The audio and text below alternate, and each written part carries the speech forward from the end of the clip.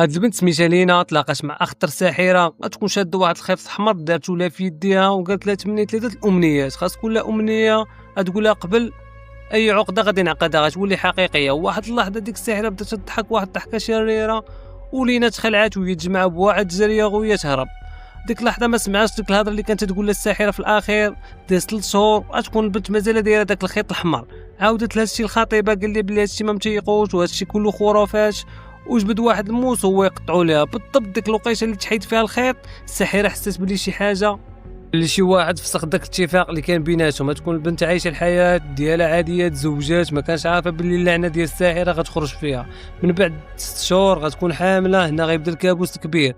واحد النهار غتعرض على صاحبتها العشاء، كانوا مريحين شويه، مشات للطواليت. صاحبتها بدات تعاود راجلها على واحد السير كبير في واحد المعرض في النرويج، كاينه الصوره ديال مرشك. كانت عارفه القصه ديال الخيط الاحمر، باللي دارت 2 امنيات، الاولى تزوجات بهذاك اللي كانت تبغي، الثانيه غتولد ولد صحيح. الله باغا تقول ليه الامنيه الثالثه، جا السربي مخلوع قال لها بلي مرتك شاده الوجع وباغا تولد.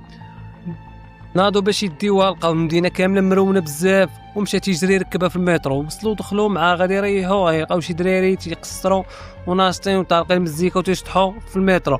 ولينا تتغوت وبدات تتغوت اكثر من الاول. واحد اللحظه غادي تضرب واحد القوه داك المترو، بدا تيضرب الضو تيشعل وتيطفى بوحدو.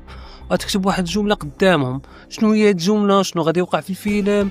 الا عجبكم الفيلم وبغيتي نعاود لكم ونلخص لكم الفيلم، كتبوا لي في كومونتير وغادي نحط لكم الفيلم كامل فلاشين ديالي. تهلاو، ما تنساوش معكم لايك، ابوني.